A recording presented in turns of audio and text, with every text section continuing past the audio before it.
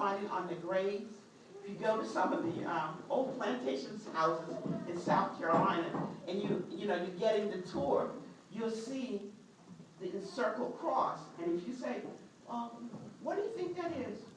No, but the slaves built the place, so maybe it's some kind of decoration. I know that those are the 4 cardinal signs for the people in Zaire, but also it separated the living from the dead, and the line that goes to the middle is actually what? Water. But that became very much, and they used to have these staffs with that encircled cross on it, and it used to be very important at the baptismal that they would bring that cross out. So wherever Christianity has gone, it has encompassed, it's such a great religion, it can pull in local culture. Another thing that we find quite often with Easter in various parts of the world, people do not, that message of liberation resonates throughout the world. And so we've had some very important uprisings that took place on Easter. The one that immediately comes to mind is the uprising in the early 20th century in what is now considered to be Ireland, but at the time was considered to be Southern Ireland. In Dublin, you had that Easter uprising because people felt, we are, as Christians, we deserve to be liberated. The British think they have brought us culture. We, as Irish people, had our own culture. So they began an important uprising on that date. The last example of a type of protest against oppression can be found if we look at enslaved Africans in New York State, New Jersey, and Connecticut.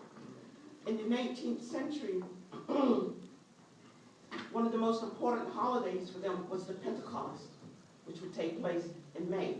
Now in upstate New York, it's cold. Normally it's cold. So May is when you start getting feel for spring. And so that became an important holiday. Now, New York State had been owned by of course, first Native Americans. The group that came in and purchased it for some beads were people from Amsterdam, so it became New Amsterdam. The Dutch actually introduced the Pentecost celebration to the slaves. The enslaved Africans kept that tradition, and every Pentecost they would gather together. And that 3-day holiday, they would be completely free to do anything they wanted. And once we had the American Revolution, Europeans got a little upset. They were like, these guys they're too into this. They elected the king, and they bowed to him. If there's a dispute between the enslaved Africans, what do they want their master to do? Go and consult with the African king. So that became problematic for them, okay? But nevertheless, that holiday still exists even to this day. It's called Pinkster Day. So what I'm trying to get you to see is that the important concepts of Christianity spread, the customs and traditions around it. That's where the flexibility comes in. Okay? And the idea of liberation. Christ liberated us from our sins and in a way from our humanness. Okay? That message also has resonated around the world. Thank you very much. Thank you.